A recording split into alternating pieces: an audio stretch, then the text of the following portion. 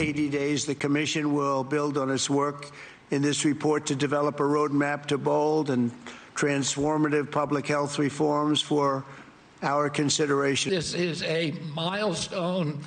There's never in American history has the federal government taken a position on public health like this. President Trump and Health and Human Services Secretary Robert F. Kennedy Jr. just last week unveiling the long-awaited report by their Make America Healthy Again Commission. The 69-page report identifies 4 key factors they say are driving a rise in chronic illnesses among children. It includes poor diet, exposure to environmental chemicals, lack of physical activity, and over-medication.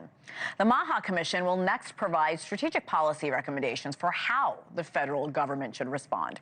It's leading to some concerns in the agriculture and food industries about the potential impact on business. Here with us now, celebrity chef and restaurateur Andrew Gruel. Chef, welcome. Thanks for having me. I know you've looked at the MAHA report. What stood out to you?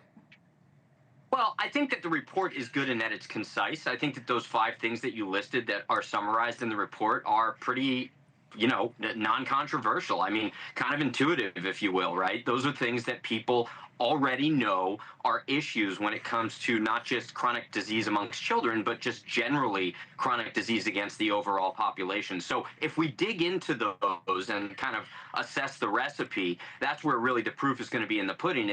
Are those going to establish a new set of mandates that force people to eat a certain way? Or are we as consumers going to take the agency back for ourselves? And will we have just a broad framework through which we can now start to make decisions on our own as to what we should and shouldn't be eating? So taking a step back, you agree for the most part with this report, but you've said that the government should get out of our diet, stop making food recommendations altogether. So what should the government's role be when it comes to encouraging Americans, me and you, to eat healthy?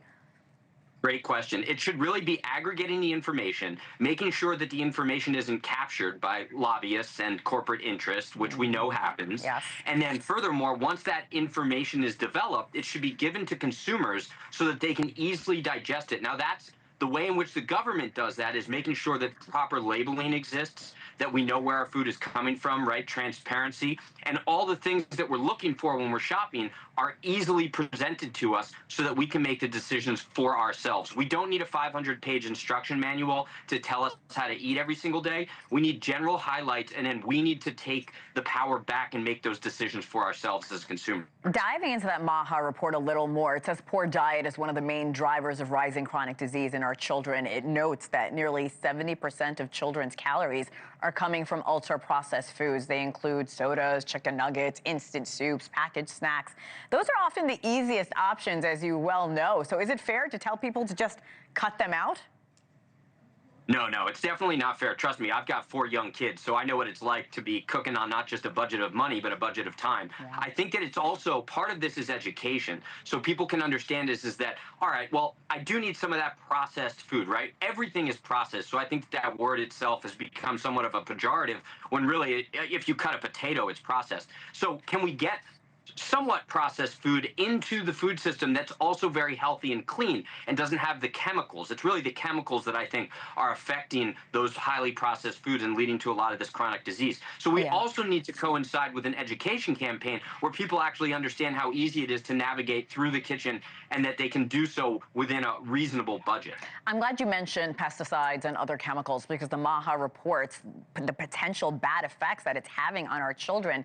They acknowledge this, and I'm going to read a quote from this report. Precipitous changes in agriculture practices could have an adverse impact on American agriculture and the domestic and global food supply. What can you say about that as someone who's had to supply restaurants? We know organic food is more expensive. Not everyone can afford it. So prices could go up, I'm assuming. Yeah, prices could go up a little bit, but I think that we are the foundation of innovation, especially when it comes to food in the United States. So if the government is subsidizing farmers right now to actually spray their crops, they should take those subsidies and subsidize them to start using better products, right? The money's out there. The money's been spent. It's been earmarked. We just need to be innovative in the way in which we're actually thinking about our future food system. You do not have to use these pesticides. They're easy and they're cheap, but there's alternatives. There's one Republican senator who is very worried that this will lead to a whole new set of standards for farmers and other producers. She's a Mississippi senator. Her name is Cindy Hyde-Smith. She says this, quote, "I remain concerned this report may be used to set the stage for a new regimen of standards based on fringe theories that could upend the sound farming practices that have made American farmers the most productive in history." I'm sure you deal with a lot of these conversations, a lot of these people, these restaurateurs, these farmers. Is she right to be concerned? I definitely think it's a concern. As the government starts to get loud in any industry, there's certainly a concern that you're replacing one problem with another. But I think that the idea here is that when I look at it from the perspective of awareness and education, you got to let the consumers decide. So let's say they say, okay, these crops are bad, or sorry, these pesticides are bad, these ones are medium bad, and these ones are good. We'll label it, right? And then let the consumer decide what they want to buy. And then the consumers have the agency to let the market lead people into the right direction. And once again, that has to happen in conjunction with reasonably priced alternatives. Andrew Gruel, thank you so much for coming on. I know it's a busy day. A lot of people are enjoying the day off. We appreciate your time. Thank you for watching. Subscribe below and download our NewsNation app right now on your phone, and you will get fact-based, unbiased news for all Americans.